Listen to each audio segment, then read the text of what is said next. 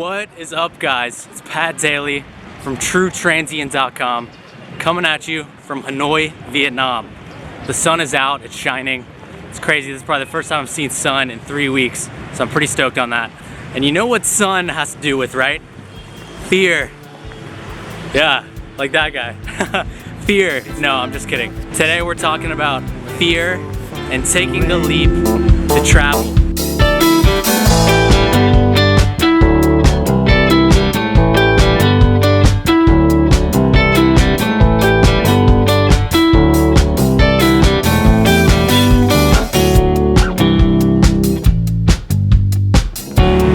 First question comes from A.M. Langman on Instagram.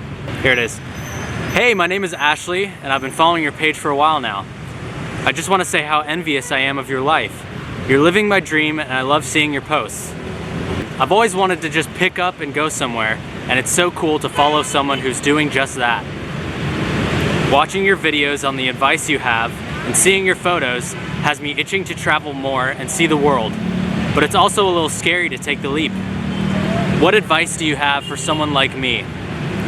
First off, I just want to thank Ashley for reaching out to me. It's super inspiring to just think that anyone would get inspiration from the stuff I'm putting out.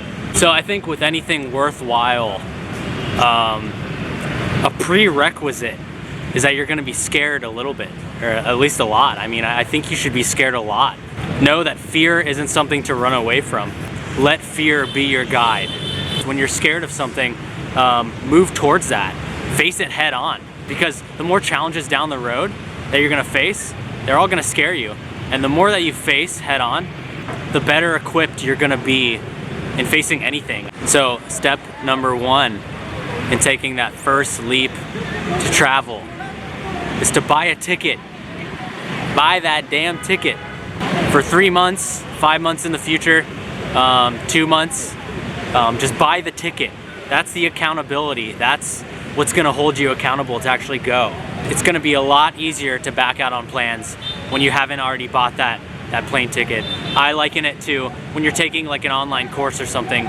If it's like $5 an online course, there's a high chance that you're not gonna take that course seriously and actually see it through. But if you paid $300 for this online course, you damn well better be sure that you're gonna take that course because you wanna get your money's worth. So buy that ticket. The next point is pick a destination based on your ability. I know Italy sounds fucking dope.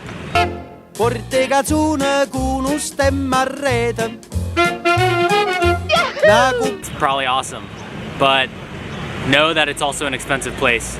Know that if you're in France and you buy a croissant, a tasty croissant, the cost of that croissant is going to be equivalent to your meals for the day in Thailand. So pay attention to this. Pick a destination based on your ability. If you have a lot of money to spend, disposable income, hell yeah.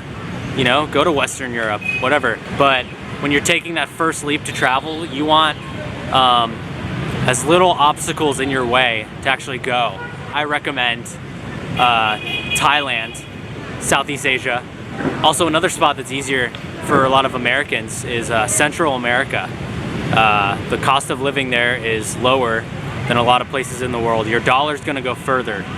If you wanna get a better idea of pricing in Southeast Asia, I made a day in the life video for when I lived in Chiang Mai, Thailand. So this is a big one.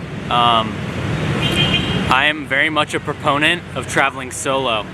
I think you reap a lot more benefits of travel when you go solo.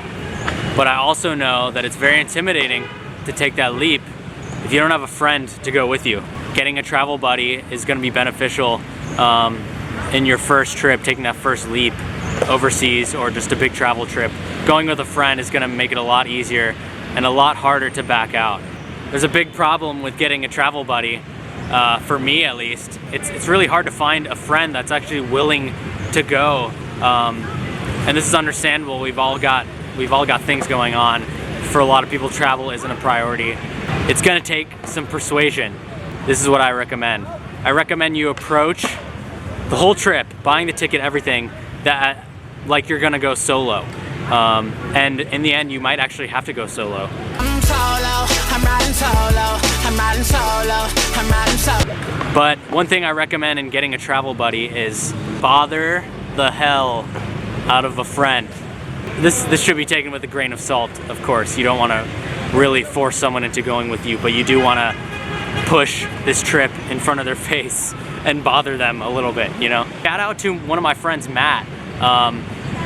About 3 years ago, we took a trip to Panama, like I mentioned, and I was totally not in the mode to travel.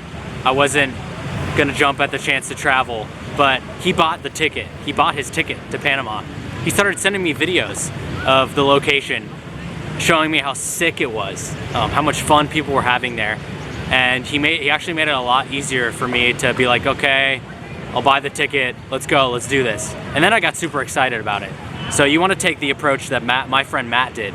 A big issue you're probably going to face, especially if it's your first time traveling, going overseas, is having people, friends, family, talk you out of going traveling, especially if you're going solo, even if you're going with a friend. A big thing with this is to not take it personal.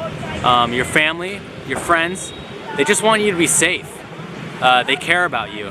And let's face it, traveling is kind of pushing the idea of safety.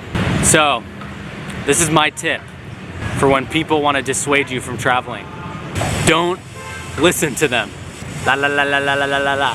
It may seem harsh. I know, I totally understand. If you actually want to do this, you're gonna stand up for it, and you should stand up for it. And when you go against them, there may be some initial blowback. They won't like this. You know, they're gonna see you traveling, they're gonna see you having a fun time. After a while, they'll get used to the idea of you as an adult, making decisions for yourself, making these decisions that are better for you. They're gonna see you having a fun time, and they're gonna realize, oh man, you know, Pat is an adult. He's coming into his own, and he went and took this trip, and is having a good time and didn't get into any trouble. I actually respect him for that. So you know your destination, you've bought your ticket, maybe you've recruited a friend. Now you just have this time in between when you bought the ticket and when you actually leave to go on your trip. Don't underestimate inspiration, travel inspiration. I've included the link below. You can click on this, it goes to my website. It gives you a list of books, movies, and shows that I've watched that give me intense inspiration, that really gave me the kick in the ass to make this happen. I probably wouldn't be out here in Southeast Asia if I weren't consuming this stuff, if I was just watching TV shows and I wasn't consuming this content. So click the link below to check out this inspiration list. I think it's gonna really help you. I'm eating a banh mi. It's a Vietnamese sandwich. I'd like to thank Ashley for sending that question over. It's an awesome question. If you guys are curious about anything travel related, digital nomad stuff, Southeast Asia, Central America, send me over some questions, snap me some questions, comment below on YouTube, or hit me up on any of these social media outlets. Thanks again for watching. Hit like and subscribe if you digged it.